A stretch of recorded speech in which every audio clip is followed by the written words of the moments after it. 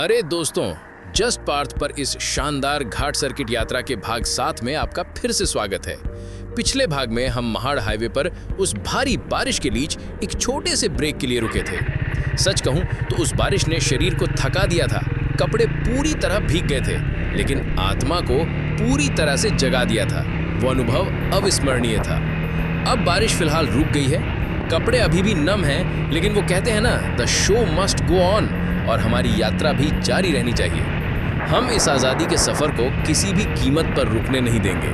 वो जो भारी बारिश का दौर था, वो एक असली इम्तिहान था, मेरी बाइक के लिए, मेरे गियर्स के लिए और मेरे धैर्य के लिए भी।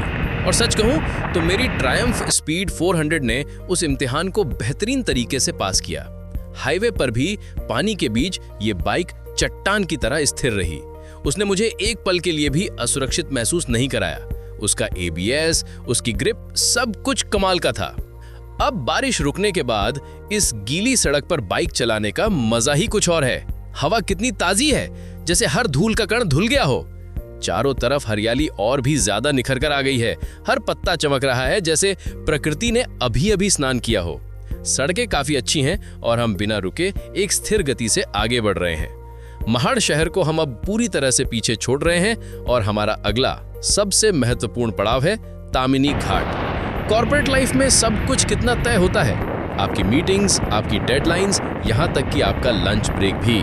सब कुछ एक कैलेंडर में बंधा होता है, एक टाइम टेबल में फिट होता है। हर चीज की एक योजना होती है, लेकिन ये यात्रा अप्रत्याशित है। यही मुझे पसंद है। कब बारिश होगी, कब धूप निकलेगी, आगे का रास्ता कैसा होगा, कौन मिलेगा, कुछ नहीं पता। यही तो है असीमित यात्रा का असली मतलब। आप बस चलते रहते हैं, मौसम की परवाह किए बिना, क्योंकि आपका लक्ष्य उस पल को जीना है, उस रोमांच को महसूस करना है जो हर अनिश्चितता के पीछे छिपा है। ये बाइक, मेरी ट्रायम्फ स्पीड 400, मुझे ये आज़ादी देती है। ये इतनी वर्सेटाइल है, ये खराब रास्तों पर टिकी रही, वरंडा घाट के तीखे मोड़ों पर खूबसूरती से झुकी, भारी बारिश में भी हाईवे पर स्थिर रही और अब इस साफ गीली सड़क पर आराम से क्रूज कर रही है। इसका इंजन इतना स्मूथ है कि लंबी दूरी पर भी आपको थकान महसूस नहीं होती। इसका राइडिंग पोजीशन बहुत आरामदायक है, बस आप और सड़क। ये वो शांति है जिसे मैं अपनी 9 से 5 की जिंदगी में बहुत मिस करता हूँ। आसमान को देखिए दोस्तों, बादल अभी भी घने हैं, सूर्यदेव कहीं छिपे हुए हैं। ऐसा लगता है कि मौसम का नाटक अभी खत्म नहीं हुआ है। प्रकृति हमें और भी बहुत कुछ दिखाने वाली है। और ये लो, मैंने कहा ही था, बारिश फिर से शुरू हो गई है। हेलमेट वाइजर पर हल्की हल्की फुहारें गिरने लगी हैं, जो अब थोड़ी तेज हो रही हैं। ऐसा लगता है जैसे आसमान हमारा साथ आंख मिचौली खेल रहा हो, हमें परख रहा हो। ये इस यात्रा का एक पैटर्न बन गया है। बारिश, फिर सूखा, फिर बारिश। जिंदगी भी तो ऐसे ही है। मुश्किलें आती हैं, चली जाती हैं और फिर आ जाती हैं। आप उनसे भाग नहीं सकते। आप बस उनसे गुजरना, उनसे लड़ना और उनसे सीखकर आगे बढ़ना सीख सकते हैं। यहाँ एक ज़रूरी बाइक राइडिंग टिप है, आपका गियर।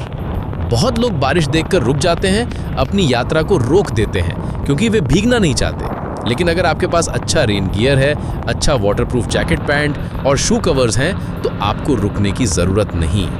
आपकी यात्रा जारी रह सकती है। ये एक इन्वेस्टमेंट है जो आपको आज़ादी देता है। यह आपको मौसम का गुलाम नहीं, बल्कि अपनी यात्रा का मालिक बनाता है। मैं पूरी तरह से तैयार हूँ, मेरी बाइक तैयार है।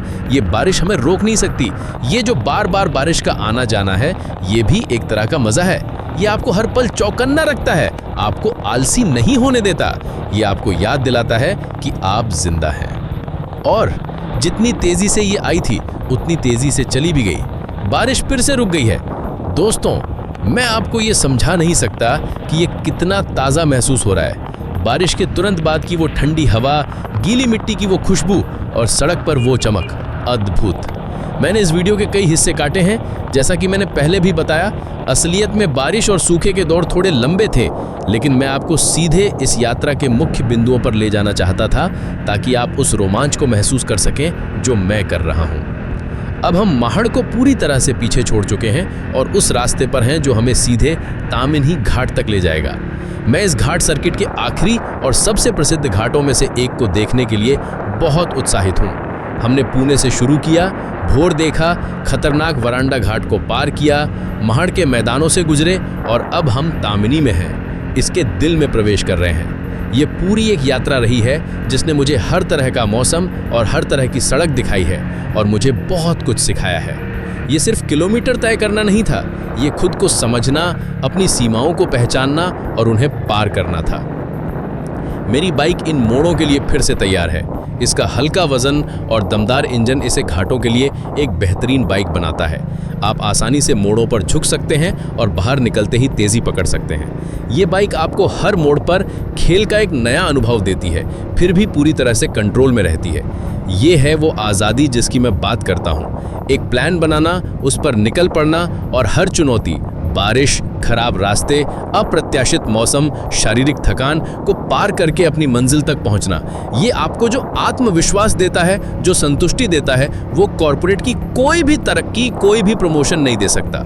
ये आपको अंदर से संतुष्ट करता है, आपको पूरा महसूस कराता है। तो दोस्तों, इस भाग के लिए बस इतना ही। हमने तामिनी घाट में प्रवेश कर लिया है।